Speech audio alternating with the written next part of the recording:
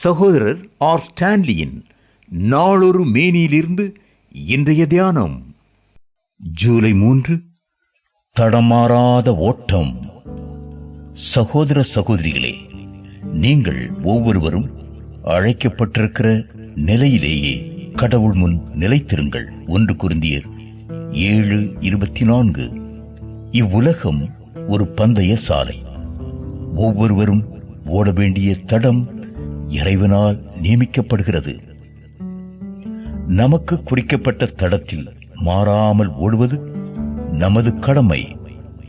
நாம் எல்லாரும் ஒரே தோட்டத்தில் வேலை செய்ய அழைக்கப்பட்டிருந்தாலும் கடவுள் நமக்கு தரும் பொறுப்புகள் வேறுபாடு உள்ளவை. கண்களாய் இருக்கும்படி கடவுள் சிலரை அழைத்துள்ளார். இவர்களை தீர்க்கதரிசிகள் எனலாம். சிலர் கைகளாக, அதாவது உதவியாளர்களாக அழைக்கப்பட்டுள்ளனர்.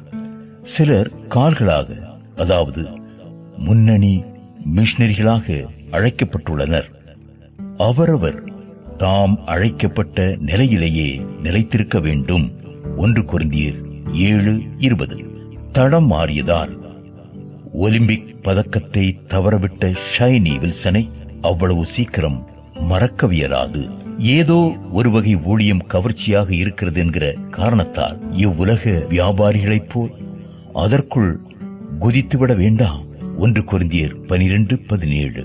நமக்கு குறிக்கப்பட்ட ஓட்டத்தை பொறுமை, மன உறுதி, தீர்மானம், சகிப்பு, தைரியம் ஆகியவற்றோடு ஓடி முடிப்போம். எபிரேயர் 12:1. கடவுள் நம்மை செய்யும்படி அழைக்காத ஒன்றை செய்ய முற்படும் போது ஒருவேளை ஒரு சில ஆசீர்வாதங்கள் இருப்பது போல தோன்றும். ஆனால் கடவுளுடைய உச்சிதங்களை நாம் இழந்து விடுவோம். நம்மை குறித்த கடவுளின் தனி திட்டத்தையும் தனி சிறப்பையும் ஒருபோதும் இழந்துவிடக்கூடாது. மனதுருக்கத்தையே மனவுருக்கமாய் பேசும் சகோதரன் தினகரனின் பாணி தனி. மனம் திரும்புதலை மண்டையடியாய் இடித்துரைக்கும் ஊழியரின் பாணி வேறு. வேதம் சொல்லுகிறது என அடித்து பேசும் பண்டிதரின் பாணி ஒரு விதம். விவிலியமும் அறிவியலும் ஒன்று என நிரூபித்து பேசும் முனைவரின் பாணி வேறு விதம்.